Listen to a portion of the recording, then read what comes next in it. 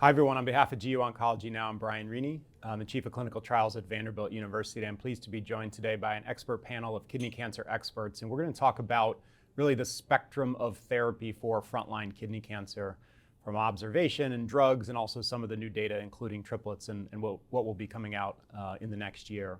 So I'm going to have each panel member introduce themselves, and we'll start with you, Dr. Ornstein. Hi, I'm Dr. Moshe Ornstein. I'm a GU medical oncologist at the Cleveland Clinic, where I spearhead the RCC efforts. Hi, I'm Shuchi Gulati. I'm an assistant professor at UC Davis Comprehensive Cancer Center. I'm really excited to be here.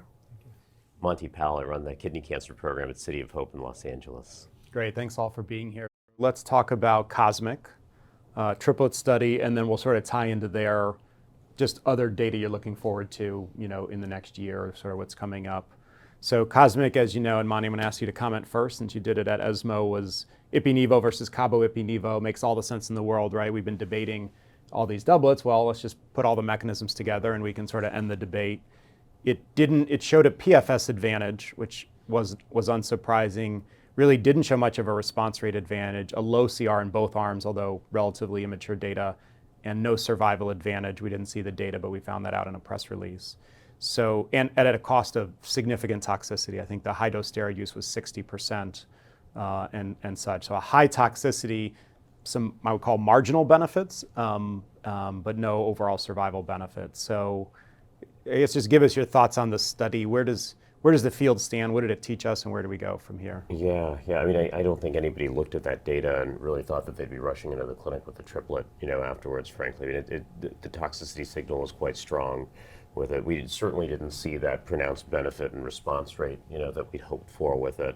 The progression-free survival advantage was there, but sort of paradoxically was in this intermediate risk population as compared to the poorest patients where I sort of expected to see it.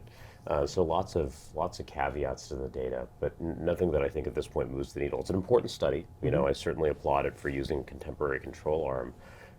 But I think it just sort of teaches us that we might not be able to employ the same algorithm as, for instance, myeloma, where they're up to quadruplets, right? I don't think we're necessarily going to be able to easily smash together all the treatments that we have right now in our arsenal frontline. Yeah. Shuchi, what do you think? What was your takeaway? I agree. I mean, looking at what Cabo did by, the Ipi-Nivo control arm is great, but I wonder what Cabo actually added to the combination, because the response rates are very comparable, exactly, in terms of benefit.